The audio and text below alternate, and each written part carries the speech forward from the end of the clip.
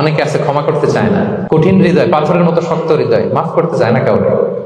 উনি আবার মুনাজাতে বসলে আল্লাহ আল্লাহ আমারে মাফ করো, আল্লাহ আমারে ক্ষমা করো, কাঁদতে কাঁদতে বুক ভাসায়। উনি ক্ষমা চায়, মাগার উনি কাউরে ক্ষমা করে না। এরকম ডাকাত আছে না নাই? চিন্তা করছেন? উনি ক্ষমা চায় আল্লাহর কাছে, কিন্তু উনি ক্ষমা করে না। প্রিয় ভাইরা, ক্ষমা করুন। যে ক্ষমা করে সে ক্ষমা পায়। আচ্ছা, একটু চোখটা বন্ধ করে, চোখ বন্ধ করলাম আমি, জানা অজানা পাপের পাহাড়ের দিকে তাকালাম। এবার একটু চিন্তা করেন যে কি পরিমাণে ক্ষমা আল্লাহর পক্ষ থেকে আমার জন্য প্রয়োজন। চিন্তা করেছেন? এবার চোখ খুলুন, পাপের পাহাড়ের দিকে একটু তাকান। আপনার জানা অজানা যে পাপের পাহাড়, তাকান এবং ভাবুন এগুলোর জন্য কি পরিমাণে ক্ষমা আল্লাহর পক্ষ থেকে আপনার দরকার, প্রয়োজন। সেই প্রয়োজনের তাগিদে হলেও ক্ষমা করুন।